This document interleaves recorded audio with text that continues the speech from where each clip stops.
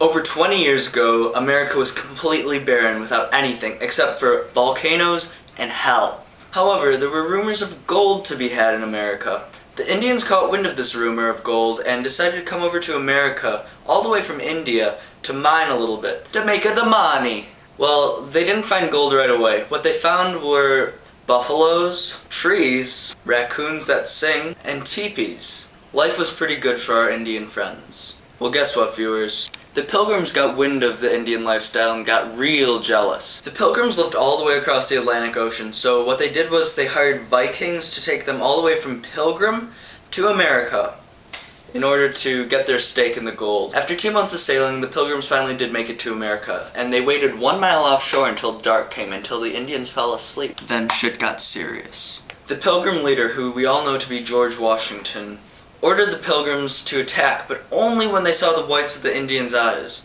They were to burn every single teepee, kill every Indian man. The women and children Indians were to be taken as slaves and used to make hot chocolate. The future certainly looked grim for the Indians. Unbeknownst to the Pilgrims, the Indians very much enjoyed stargazing, so they weren't quite asleep at nightfall. So even though the Pilgrims tried to approach the shore very slowly and smoothly, the Indians saw them coming. They alerted their leader Gandhi about the impending Pilgrim attack. If you know anything about history, Gandhi wasn't much of a fighter. However, his beloved daughter Sacagawea was a fighter. The way that Sacagawea became such a good fighter was from mining, because she would use the pickaxe all day, and she got ripped. She gathered all the Indians together and gave a speech. That speech is known as the Emancipation Proclamation now.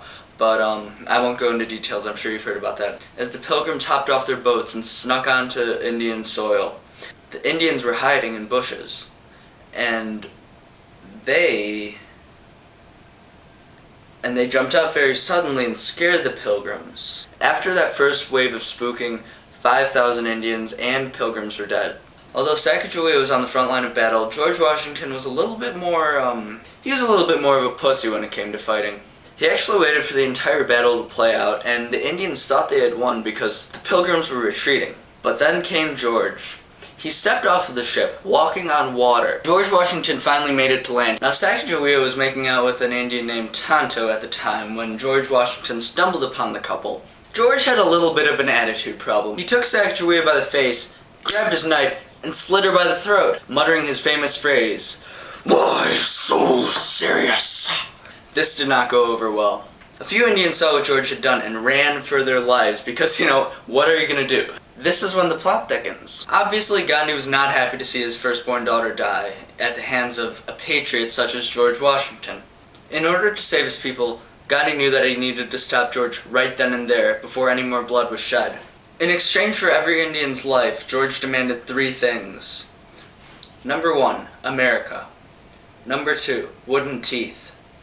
And number 3, a meal. Out of those 3 things, a meal might sound trivial, but George Washington was famished after kicking so much ass. Gandhi was like, "So what do you want, George? We have Hot Pockets, we have pizza rolls." George Washington wouldn't have any of that. George Washington demanded a baby. Well done. Gandhi was a bright guy and had a few tricks up his sleeve, so he agreed to feed George 1 baby. Well done. This baby could only be eaten by blind people. George Washington sat down at a magnificent table and was blindfolded. For any vegetarians that are watching this video right now, you should know that baby has a very, very distinct taste. In fact, you could argue that nothing else tastes like it, except for one thing. You guessed it, turkey. George feasted on this turkey that he thought was a baby, and he decided, you know what, these Indians, they aren't such bad guys. When George Washington finished eating, he took off his blindfold and found a turkey carcass. Can you imagine how enraged he was after being tricked? After realizing he had eaten a turkey instead of a baby, George killed all the Indians. He invited all the Pilgrims to come off of the Viking ships and settled in a place called Plymouth Rock. The Pilgrims were pretty hungry, so they also ate turkey, because that's all there was to eat. As the years went by, Pilgrims remembered that day that George Washington had conquered the Indians. They celebrate that day by eating a turkey. We call that day Thanksgiving.